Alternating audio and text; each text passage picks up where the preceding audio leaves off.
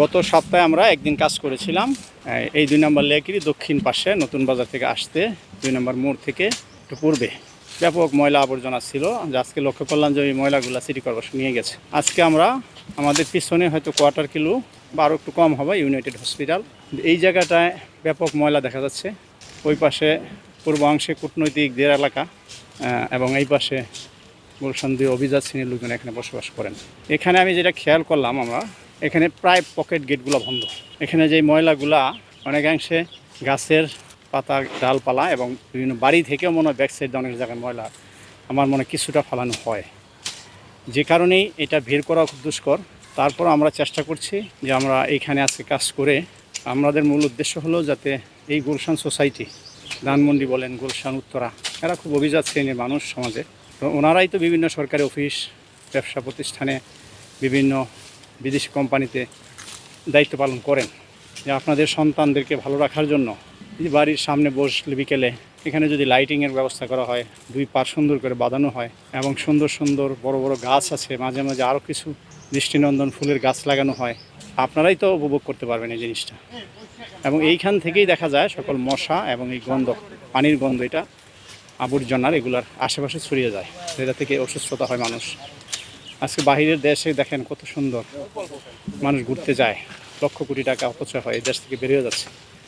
তো আমরা যদি এই তারেক রহমান বাংলাদেশের প্রধানমন্ত্রী, তার দিকে মানুষ তাকিয়ে আছেন, অত্যন্ত বিনয়ী, কথা কম বলেন, এবং যে ব্যক্তিটি ঈদের দিন শুধুমাত্র মানুষকে সচেতন করার জন্য, যে একজন প্রধানমন্ত্রী ঈদ না করে মানে ঈদের উপভোগটা সে সন্ধ্যার পরে মিলিত হয়েছেন, যে এই কাজটায় যে সে সময় দিয়েছেন, যার কারণে সরকারের সব সংস্থাগুলো সতর্ক হয়েছে এবং অল্প কয়েকদিনে ময়লা আবর্জনা পরিষ্কার হয়েছে।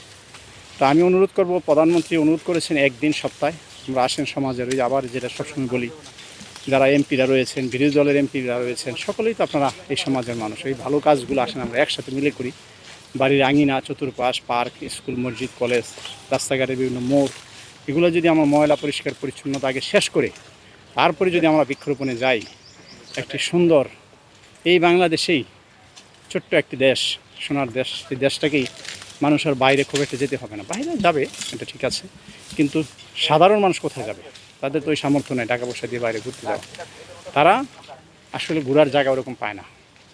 যার কারণে আবার অনেকাংশে এইসব লেক, ডোবার, নালা আশেপাশে ছেলেপেলেরা এসে বা ছোটো ছোটো বাচ্চারা এসে সিগারেট খায়, বিভিন্ন অনৈতিক কাজ হয়, সেগুলো থেকে মানুষ মুক্তি এবং রেহাই পাবে। আমি সর্বশেষ কথা হলো, মাননীয় প্রধানমন্ত্রী ঘোষণা করেছেন, আসুন সকলে মিলে আমরা একসাথে কাজ করি, যার যার স্থান থেকে কাজ করি, এবং প্রত্যেকজন এমপি, প্রশাসক, চেয়ারম্যান, অনেকে কমিশনার, মেয়র হতে চান, আবার নির্বাচনের মাধ্যমে হতে চায়, কিন্তু তারা তো নামতে হবে এই সমাজে।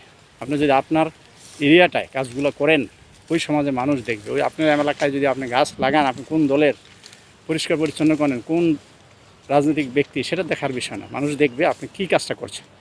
সমাজে কি কিশোর গ্যাং মুক্ত হচ্ছে? সমাজে কি নেশা মাদক মুক্ত হচ্ছে? নেতার ভূমিকা কী? চাঁদাবাজি হচ্ছে? ওই রাজনৈতিক নেতার বক্তব্য কী, ভূমিকা কী? এবং এই সুন্দর পরিপাটি যেটাকে বলে, এটাকে রাখার পিছনে রাজনৈতিক নেতৃবৃন্দ এবং সরকারি যারা, এই দেশের মানুষ ট্যাক্স দেয়, ট্যাক্স দিয়ে দেশ চলে, এই রাষ্ট্রের মানুষের টাকাটা কী কাজে লাগছে?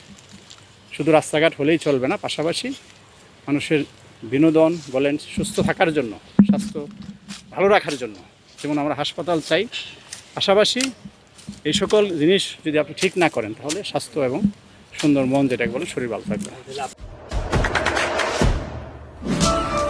দেশে দেশে সবার সাথে দ্য নিউজ।